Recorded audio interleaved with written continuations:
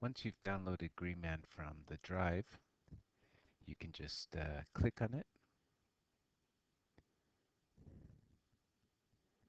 and it says extract all. Okay, and it says extract all to your downloads folder, for example, which is fine with me. So I extract it. Okay, once it's extracted, we're gonna install it. Okay, so to install it, you click on the Xwin.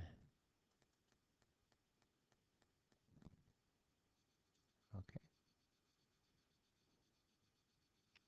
and now it's working.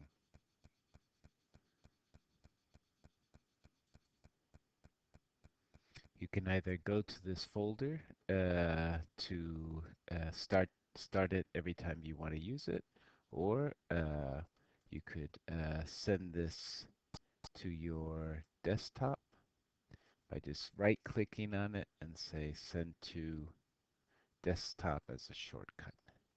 So now if I go to my desktop, I'll have this folder here. Uh, I can change the name so that I can easily uh, know which one it is. This is Greenman A, for example. Okay, so if I just click on it, again, it'll start.